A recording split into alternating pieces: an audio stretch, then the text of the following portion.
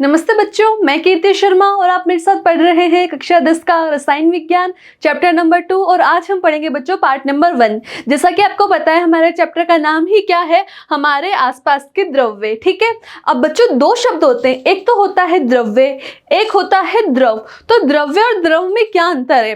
तो बच्चों द्रव तो हम कहते हैं कोई भी जो तरल पदार्थ होता है, जो लिक्विड पदार्थ होता है उसे कहते हैं। जैसे आपका पानी हो गया, दूध हो गया, जितने भी तरल पदार्थ है उनको हम कहते हैं द्रव। लेकिन द्रव्य का मतलब क्या है? द्रव्य का मतलब ही पदार्थ है, मतलब कोई भी पदार्थ, जो पदार्थ होता है उसे ही हम क्या कहते हैं? द्रव्य। तो अब बात आती है कि द्रव्य होता क्या है, पदार्थ होता क्या है। तो द्रव्य का मतलब होता है कि पदार्थ होता है, और कौन से पदार्थ? जो स्थान घेरते हो, ठीक है, जो हमारे आसपास जितने भी कण मौजूद है वो कोई ना कोई द्रव्य है, कोई ना कोई पदार्थ है। हम जो भी खाते हैं, पीते हैं, देखते हैं, ये सब क्या है? ये सब पदार्थ ही तो है। तो होता क्या है द्रव्य? चलो पढ़ते हैं। देखिए, जो हम खाते हैं, पीते हैं अथवा सांस लेते हैं वह क्या है? द्रव्य है, मैटर है। अब जो ये द्रव्य है ना बच्चों, ये 3 अवस्थाओं में पाया जाता है, ठोस, द्रव और गैस। सॉलिड, लिक्विड और गैस, 3 अवस्थाएं हैं। ठीक है, द्रव क्या है? द्रव द्रव्य की एक अवस्था है। ठीक है, अब द्रव्य होता क्या है? देखो, प्रत्येक चीज जो स्थान घेरती है, जिसका कोई द्रव्यमान होता है, वही क्या है? द्रव्य है। हमारे चारों ओर मौजूद सभी ठोस, तरल और गैस किससे बने होते हैं? द्रव्य से बने होते हैं। द्रव्य छोटे छोटे कणों से बने हैं जो आपस में जुड़ गए हैं। हम इन कणों को नहीं देख सकते परंतु द्रव्य को देख सकते हैं। अब जो द्रव्य होता है ना, बहुत छोटे छोटे कणों से मिलकर बना होता है। इतने छोटे छोटे कण कि हम उनको अपनी आंखों से नहीं देख सकते, लेकिन हम उस द्रव्य को, उस पदार्थ को देख सकते हैं। जैसे मैं बात करूं अगर जल की, तो आपको पता है बच्चों, जल का रासायनिक सूत्र क्या होता है? H2O। मतलब जो जल है ना वो हाइड्रोजन व ऑक्सीजन से मिलकर बना होता है। अब आप ना तो हाइड्रोजन को देख सकते हो, ना ही आप ऑक्सीजन के कण को देख सकते हो, लेकिन आप जल को देख सकते हो ना। तो यही बात है कि जो द्रव्य होता है ना वो छोटे छोटे कणों से मिलकर बना होता है। हम उन्हें तो नहीं देख सकते, लेकिन हम द्रव्य को देख सकते हैं। आगे बात समझ। आगे देखिए, द्रव्य का द्रव्यमान होता है, इसका अर्थ है कि इसका भार होता है। बिल्कुल होता है। एक वस्तु जितनी अधिक भारी होगी उतना ही अधिक उसका द्रव्यमान होगा। ये तो हम फिजिक्स में पढ़ चुके हैं। द्रव्य स्थान घेरता है, इसका अर्थ क्या हुआ? कि उसका कोई ना कोई आयतन होता है। ये बात समझ में आ गई कि जो द्रव होगा ना उसका कोई ना कोई आयतन होगा, उसका कोई ना कोई क्या होगा? द्रव्यमान होगा, उसका कोई ना कोई भार होगा।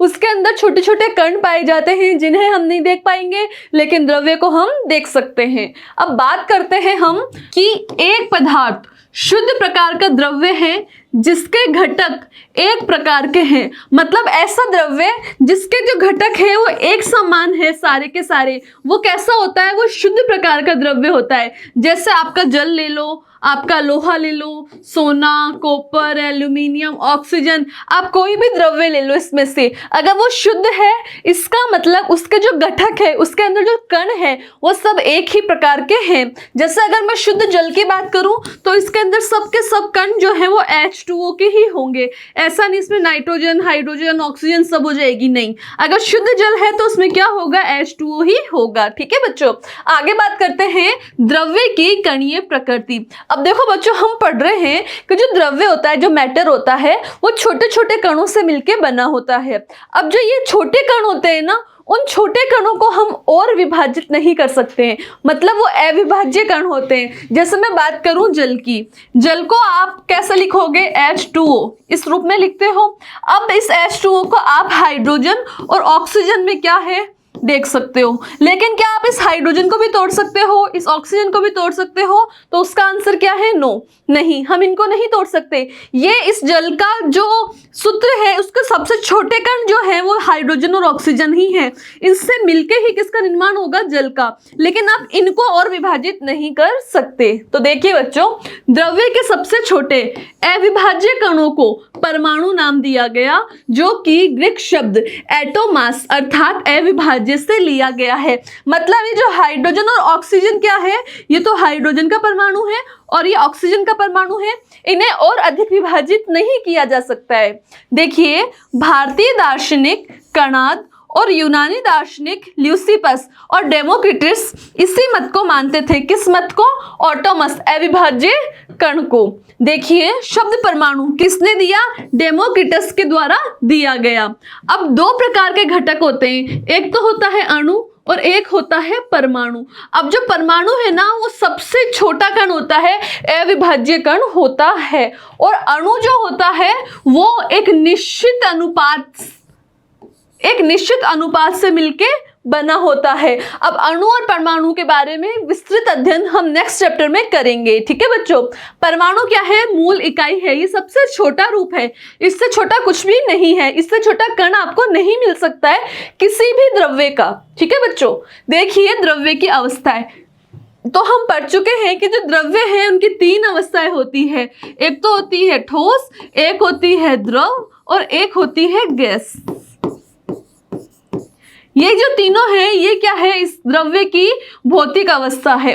लेकिन अगर आप उनकी रासायनिक संरचना की बात करें तो उस द्रव्य को हम तत्व, यौगिक, मिश्रण इन तीन भागों में बांट सकते हैं। और भौतिक अवस्थाओं की बात करो तो आपके ठोस, द्रव और गैस हो जाती है। अब हम विस्तृत पढ़ेंगे बच्चों ठोस, द्रव और गैस के बारे में। तो देखिए जो पानी होता है ना वो तीनों अवस्थाओं में पाया जाता है। जैसे आपने पानी लिया, ठीक है, वो अभी पानी जो है वो द्रव अवस्था में, आपने इस पानी को फ्रीज में रख दिया तो इसकी क्या बन गई? बर्फ बन गई। अब ये बर्फ कौन सी अवस्था में आ गई? ठोस अवस्था में। और इस पानी को आपने फ्रीज में नहीं रखा, आपने इसको गैस पे रखा और इसको गर्म किया। ठीक है, तो गर्म करने से क्या बनी? भाप बनी, मतलब जलवाष्प बनी, जो कि क्या है? एक प्रकार की गैस है। इसका मतलब आपका जो पानी है वो ठोस अवस्था में भी है, वो द्रव अवस्था में भी है और वो गैसीय अवस्था में भी है। तीनों अवस्थाओं में पाया गया ना। अब देखो ठोस, द्रव, गैस में अंतर क्या आया? तो देखो आपको बच्चों डायग्राम दिख रहा होगा। ठीक है, ये है आपके ठोस का, ये है आपके द्रव का और ये है आपके गैस का। देखो मैं इधर बात करूं कि जो ठोस पदार्थ होते हैं उसमें जो परमाणु होते हैं या कण होते हैं वो इस तरीके से पास पास होते हैं।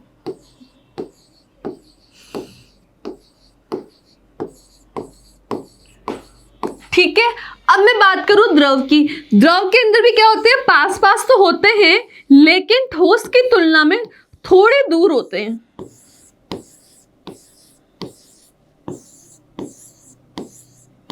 ठीक है, अब मैं बात करूं गैस की, तो गैस के तो क्या बहुत दूर दूर होते हैं, जितनी बड़ी जगह मिल जाएगी उतने ज्यादा फैल जाएंगे। अब तीनों में अंतर क्या आया? तीनों में अंतर ये आया कि ये जैसे दो कण हैं, ये आपस में क्या है? आकर्षण बल लगा रहे हैं।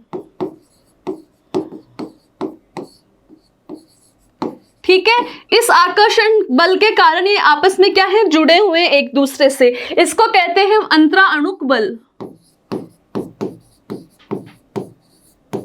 अंतराणुक आकर्षण बल। ठीक है, अब ये है क्या? आपके ठोस है, ये है आपके द्रव और ये है आपके गैस।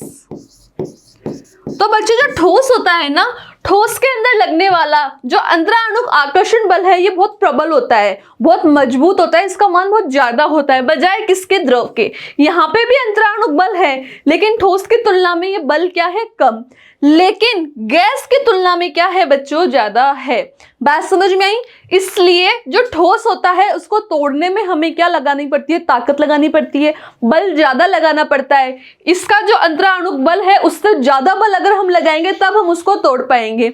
जबकि द्रव को हम आसानी से अलग कर सकते हैं, 2 भागों में, 3 भागों में, कितने भी बांट सकते हैं। और गैस क्या है? इनके मध्य अंतराणुक बहुत दुर्बल होता है, बहुत कम होता है। आप जिस पात्र में इसको डालोगे ना, आपने अगर कटोरी के अंदर डाल के रखा है तो कटोरी के जितनी फैल जाएगी, आपने बड़े ड्रम में डाल दिया तो बड़े ड्रम की जितनी फैल जाएगी, क्योंकि इनके मध्य क्या होता है? अंतराणुक बल बहुत कम होता है। बात समझ में आई तीनों की? इसीलिए जो ठोस होते हैं ना उनका आकार जो होती है ना, उनकी जो आकृति वो निश्चित होती है। जैसे ये पेन है, इसके जो कण है, अणु है, वो बहुत पास पास है, बिल्कुल ऐसे, इसलिए हम इसको आसानी से तोड़ नहीं सकते। इसलिए इसकी आकृति क्या है? निश्चित। ये आज भी ऐसा है, कल भी ऐसा है, कल भी ऐसा ही था। ठीक है, तो इसका मतलब जो ठोस होते हैं ना उनकी क्या होती है? आकार और आकृति निश्चित होते हैं। लेकिन जो द्रव है इसकी आकृति निश्चित नहीं होती। इसको आप जिस पात्र में डालोगे, आपने इसको कटोरी में लिया तो ये कटोरी जैसा हो जाएगा, ग्लास में लिया तो ग्लास जैसी संरचना हो जाएगी, थाली में लिया तो थाली जैसा हो जाएगा। इसलिए इसकी आकृति क्या है, निश्चित नहीं होती। लेकिन इसका क्या होता है, द्रव्यमान निश्चित होता है। आपने अगर 1 लीटर दूध लिया तो आप कटोरी में लो, ग्लास में लो, प्याले में लो, भगोनी में लो, थाली में लो, 1 लीटर हमेशा 1 लीटर ही रहेगा कि नहीं। इसका मतलब इसका क्या, आयतन फिक्स होता है, द्रव्यमान फिक्स होता है, लेकिन इसकी आकृति फिक्स नहीं होती। ठोस का क्या है, आयतन भी फिक्स होता है, द्रव्यमान भी फिक्स होता है, इसकी आकृति भी क्या होती है, निश्चित होती है। जबकि जो गैसीय अवस्था है इसका क्या, आयतन तो होता है लेकिन ना तो इसकी आकृति होती है फिक्स, ना ही इसका द्रव्यमान होता है फिक्स। ठीक है बच्चों, अब इससे आगे पढ़ते हैं हम। द्रव्य की विभिन्न अवस्थाओं के विशिष्ट गुण उनके अंतराणुक बल पर निर्भर करते हैं, जो कि हम समझ चुके हैं। अंतराणुक बल अर्थात घटक अणुओं के बीच का बल अणुओं को एक साथ रखने की कोशिश करता है, परंतु तापीय ऊर्जा इन्हें हमेशा दूर रखने की कोशिश करती है। जैसे बच्चों पानी था, पानी को हमने गर्म किया, ठीक है, मतलब हमने इसको ताप दी, तो जिससे क्या हो जाएगा, ये गैस में बदल जाएगा। तो इसका मतलब क्या हुआ कि पानी द्रव अवस्था में था, इसके बीच जो अंतराणुक बल था उसको गर्म करने से क्या होगा, ये अंतराणुक बल कम हो जाएगा, और इसीलिए अंतराणुक बल कम होते ही क्या बन जाएगी, गैस। तो ये बात समझ में आ गई होगी आपको। आगे देखिए, सबसे अब बात करते हैं हम पहले ठोस की।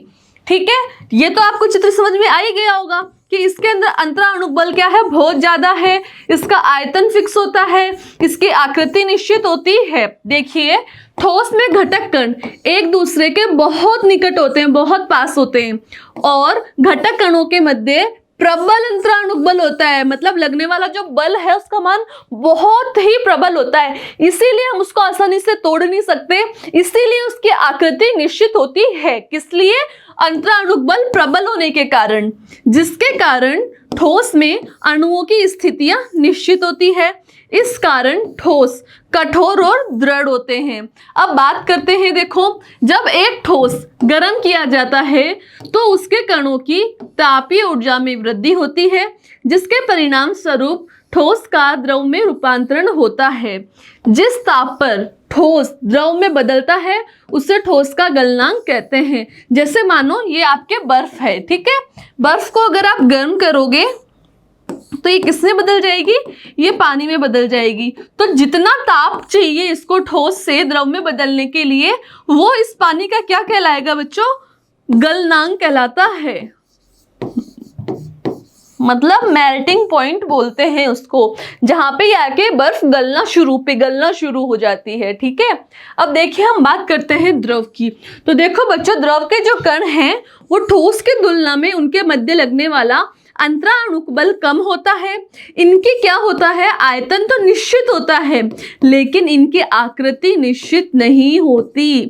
क्यों नहीं होती आकृति निश्चित, क्योंकि इनके मध्य जो आकर्षण का बल था वो ठोस की तुलना में कम होता है। देखिए, द्रव का आयतन निश्चित होता है लेकिन आकृति निश्चित नहीं होती। द्रव के अंतराणुक बल ठोस की तुलना में दुर्बल लेकिन गैस की तुलना में कैसे होंगे बच्चों, प्रबल होंगे। द्रव के आयतन पर दाब का कोई खास प्रभाव नहीं होता। ठीक है, अब बात करते हैं हम गैस की। तो गैस को बच्चों आप जिस पात्र में डाल दोगे इसका आकार उतना ही हो जाएगा। अगर मैं इसको इसमें से निकाल के इससे भी बड़े पात्र में डाल दूं ना तो इससे भी बड़े पात्र को भी घेर लेगी। बात आई समझ में। तो देखिए, गैस एक पात्र के आकार का ध्यान रखे बिना पूरा आयतन घेर लेती है। गैस के अणु अंतराणुक बल कमजोर होने के कारण आसानी से गतिमान रहते हैं तथा इनके बीच का अंतराणुक बल उनके अणुओं को एक साथ इकट्ठा रखने में असमर्थ है। क्यों है असमर्थ, क्योंकि उस बल का मान बहुत दुर्बल है, बहुत ही कम है। ठीक है बच्चों, देखिए गैसें बहुत संपीड़ित होती है। बहुत संपीड़ित मतलब आप इनको बहुत ज्यादा दबा सकते हैं, लेकिन एक निश्चित सीमा पे आने के बाद फिर इसमें संपीड़ित जो गुण होता है वो और ज्यादा नहीं होता है। आप इसको और ज्यादा संपीड़ित नहीं कर सकते, और अगर आप इसको और ज्यादा संपीड़ित करने की कोशिश करते हो तब बच्चे ब्लास्ट, विस्फोट का रूप ले लेती है। आपने देखा होगा कभी कुकर फटता है, कभी अखबार में पढ़ा होगा ना।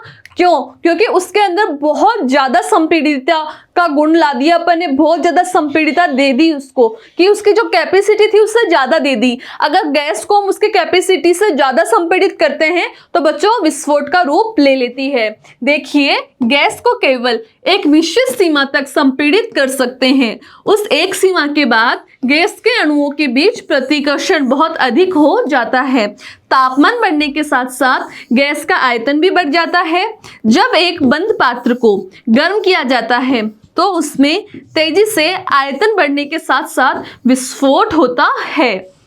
सीएनजी का वाहनों के लिए एक स्वच्छ ईंधन के रूप में प्रयोग किया जाता है, जो कि क्या है, एक प्रकार की गैस है। सीएनजी का पूरा नाम क्या होता है बच्चों? संपीड़ित प्राकृतिक गैस। मतलब जो आपकी गैस थी उसको संपीड़ित किया गया है और सिलेंडर में भरा गया है, उसी को आप काय में काम में लेते हैं, ईंधन के रूप में काम में लेते हैं। वैसे ही अपने गैस, जो गैस होती है रसोई के अंदर, उस पर आप क्या लगाते हैं? सिलेंडर लगाते हैं। उसमें भी एलपीजी गैस भरी हुई होती है, जिसका पूरा नाम है लिक्विड पेट्रोलियम गैस। ये भी क्या है? ईंधन के रूप में काम में ली जाती है। तो दोनों क्या है बच्चों? एक प्रकार की गैस है, लेकिन हमने उसको संपीड़ित किया, संपीड़ित करके एक पात्र में भरा और फिर उसको हम उपयोग में ले रहे हैं। ठीक है बच्चों? ठीक है, तो इसके आगे का पार्ट हम पढ़ेंगे नेक्स्ट पार्ट में। तब तक आप पढ़ते रहिए, मस्त रहिए। धन्यवाद।